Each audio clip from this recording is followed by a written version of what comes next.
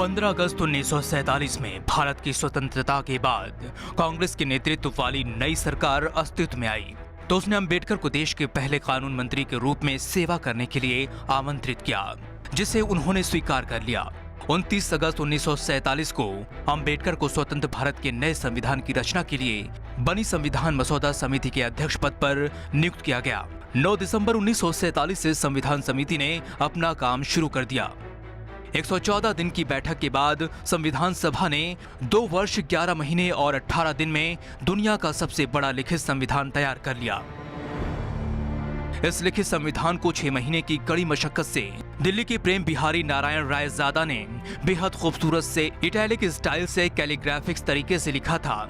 इसके लिए प्रेम बिहारी को 6 महीने में 254 पेन होल्डर, निब और कैलीग्राफी के लिए 303 निब की जरूरत पड़ी थी।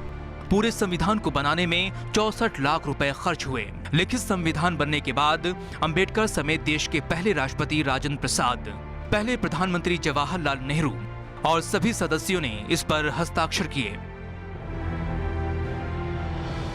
भारत का संविधान संविधान सभा द्वारा 26 नवंबर 1950 को पारित हुआ और 26 जनवरी 1950 को संविधान द्वारा भारत को गणराज्य घोषित किया गया।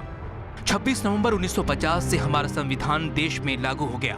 हम भारत के लोग की भावना लिए भारत अपना भविष्य संवारने में जुट गया। लेकिन इधर 1951 में संसद ने हिंदू कोड बिल मसौदे को रोक दिया, जिससे खफा होकर अंबेडकर ने इस्तीफा दे दिया। अंबेडकर हिंदू शब्द से ही खिन्न हो गए। हालांकि मैं हिंदू पैदा हुआ हूँ, लेकिन मैं भरोसा दिलाता हूँ आपको कि एक हिंदू के रूप में हरगिज नहीं मरूंगा। 14 अक्टूबर 1956 को नागपुर में अंबेडकर ने 80,000 समर्थकों के साथ बौद्ध ग्रहण कर लिया। ये उस वक्त विश्व का सबसे बड़ा धार्मिक रूपांतरण माना गया। अब सवाल उठता है कि उस वक्त धर्मनिरपेक्ष जैसे शब्द का इस्तेमाल डॉक्टर अंबेडकर ने क्यों नहीं किया और पंथ निरपेक्ष के उस वक्त क्या मायने थे। वैसे ही कॉन्स्टिट्यूशन जब बना सो सेकुलर तो था ही, लेकिन इस शब्द को लाने के लिए प्रियम्बल में कोई अच्छी बात है, कोई बुरी बात नहीं थी, लेकिन किया इसलिए कि उसके वोट मिले। लेकिन सेकुलर वैसे ठीक था, लेकिन अपनी ये वोटों के लिए, राजनीति के लिए किया।